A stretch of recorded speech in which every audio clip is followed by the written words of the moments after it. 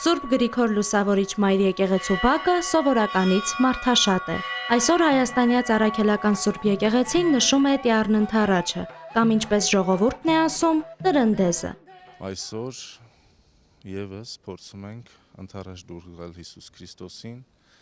մաքրելով մեր սրտերը, մեր մտքերը, մեր հոգիները, ամրացնելով մեր հավատքը, որպեսզի ավելի ամուր, ավելի պայծառ, Տիրոջ անսասան նվիրվածությամբ գնանք դեպի հավիտենական կյանք, Տիրոջ արքայությունը։ Երիտասարդ զույգերը եկել են օրհնություն ստանալու, կրակի վրայով թռչող նորապսակներ, ծիծաղ ու չիշ չամիչի անձրև։ Մարդիկ հավատում են, եթե կրակը կպչի հարսի փեշին, տարին առատ ու քաղցր կլինի։ Տյառնընթառաջը հենց սա է՝ լույսի շուրջ համախմբվելու եւ միմյանց բարիք մաղթելու հայկական ջերմությունը։ Տրնդեզի գլխավոր խորհրդանիշը խարույկն է, որի վրայով ձեռք ձեռքի բռնած թռնում են սիրահար զույգերը կամ նորապսակները, ինչպես նաեւ տոնակատարության ցանկացած մասնակից։